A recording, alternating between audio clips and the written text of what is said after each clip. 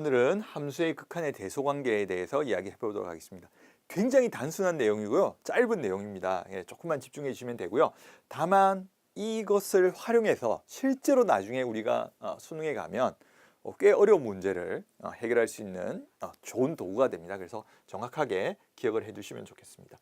우리 수열에서 배웠던 대소관계 기억나시나요? 우리가 보통 샌드위치 정리 이렇게 이야기를 하는데 우리가 어떤 AN과 BN의 관계 아니면 AN, BN, CN의 관계에서 우리가 극한값을 구할 수 있는 그런 도구를 배웠었죠. 동일합니다. 자, 우리가 함수가 이렇게 fx가 알파로 수렴하고요. a로 갈 때 gx가 a로 갈 때 베타로 수렴을 하고요.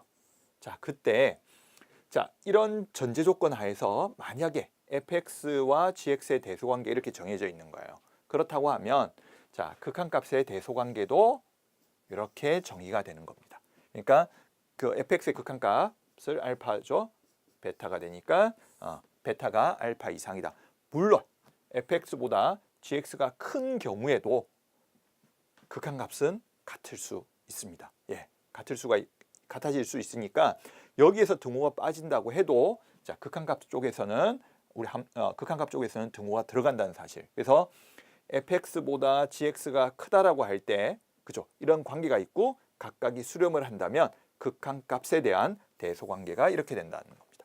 우리가 수열의 극한에서 봤던 것과 동일하죠. 그 다음에 보시면 이번에는 우리가 hx를 잘 몰라요. hx가 어떻게 생긴 함수인지를 모르는 경우가 꽤 많이 있습니다. 그런데 우리는 fx가 수렴하는 거 알고 있고요. gx가 수렴하는 걸 알고 있습니다. a로 가까이 갈 때요. 물론 이것이 a로 가까이 가는 것이 아니라 무한대로 가거나 마이너스 무한대로 갈 때도 동일한 성질은 성립합니다. 그렇기 때문에 우리가 자유롭게 양쪽에 대한 극한값만 안다면 가운데 있는 함수의 극한값을 알 수 있다는 사실입니다. 그러니까 지금 fx도 알파로 가고 gx가 베타로 우리가 간다라고 돼 있죠.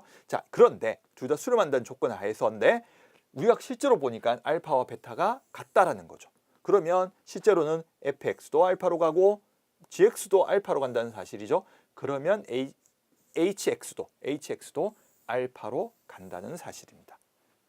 그래서 이제 우리가 이 사실을 이용해서 함수의 극한값을 구할 때 굉장히 잘 이용을 합니다. 그러니까 특히 나중에 가우스 함수라든지 우리가 함수를 좀 특정 짓기 어려운 상황이 될 때 우리가 이렇게 극한값을 구할 수 있는 도구니까요. 정확하게 기억해 주시면 좋겠습니다. 그럼 우리 문제를 통해서 한번 확인해 볼까요? 모든 양의 실수 x에 대해서 함수 fx가 이 부등식을 만족한다라고 합니다. 그러니까 fx를 3x 이상이고 x제곱 더하기 2보다 작거나 같다. 이해하다. 이 정도까지 알지 fx에 대한 구체적인 함수에 대한 정보가 없어요. 그런데 우리가 알다시피 x가 1로 갈 때 이 3x도 극한값을 가지고 있고요. x제곱 더하기 2도 극한값을 가지고 있죠. 우리가 일반적인 다항함수이기 때문에 특정한 값으로 갈 때 전부 다 극한값을 가지죠. 그렇다고 생각을 하면 우리가 이 fx에 대한 정보는 없었지만 3x가 어디로 가죠? 우리가 리미트 x가 1로 갈 때 3x는 3이 되겠죠? 그 다음에 리미트 x가 1로 갈 때 x제곱 더하기 2 역시 3이 되겠네요. 예를 들어 여기가 3이 되고 여기가 4가 되면 이 fx에 대해서 극한값을 몰라요. 모르지만 지금처럼 양쪽이 다 3으로 간다면 x가 1로 갈 때 fx의 값 역시 3으로 간다라는 사실입니다.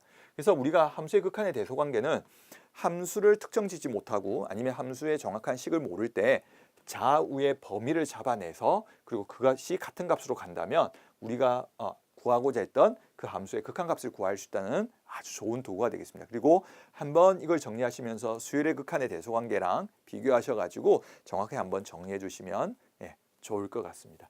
오늘은 여기까지 하도록 하겠습니다.